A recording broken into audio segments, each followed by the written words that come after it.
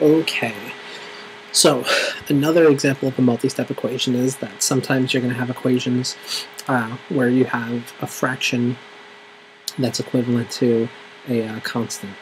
And there's a bunch of different ways to handle this, but so the first thing I want to point out is that if we have 2x divided by 3, or if you have any operation going on in the numerator or even in the denominator of a fraction, that is like having, the fraction makes it like having parentheses around here, right? So what that means is that if we're doing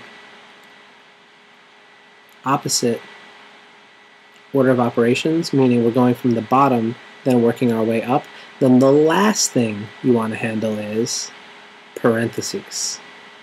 That is the last thing you want to handle, and you should take note of that and remember that forever and ever and ever, that this is the end, is handling parentheses when you have a variable in there. Only for solving equations. And oh my gosh, what's this? So what is going on? I do not understand this. But I mean, whatever. I can't get out of it. We're just stuck. I'm not re-recording, so whatever. Okay.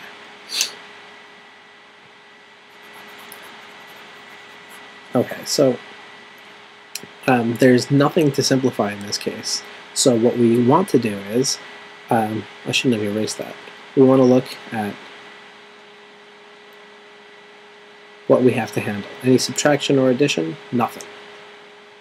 Is there division? There absolutely is both division and multiplication. In this case, it doesn't actually matter which one you do first, but it'll make your life easier is if you just get rid of the denominator of the fraction. So what we'll do is we have 2x divided by 3 is 4. So what we're going to do is multiply both sides of the equation, the entire sides of the equation, by 3. Of course, 2x divided by 3 and multiplied by 3, these 3's will get rid of each other. They really become 1. And now I have, I'll bring down what's left on my left, which is 2x. It's equal to 4 times 3 is 12.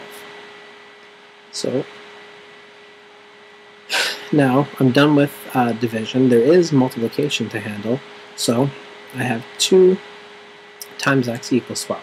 Opposite of multiplication is division. So I will divide by my coefficient 2 on both sides, just to keep everything balanced. And when I have 2 divided by 2, those will become 1, right, which is always understood. And 12 divided by 2 is 6, right? So these become 6. So now what I have is 1x equals 6, or x equals 6. And we can actually just quickly check that one right now. We don't even need another video. Make some space for ourselves. If I have 2 times 6 divided by 3, is that equal to 4? Let's see. Using regular order of operations to check these, 2 times 6 is 12, so that gives us 12 divided by 3. Is that equal to 4?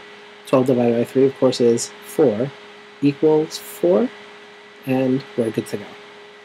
So check out the last video. Make sure you go through that one extra carefully, because that's probably the first really tricky thing we're going to deal with.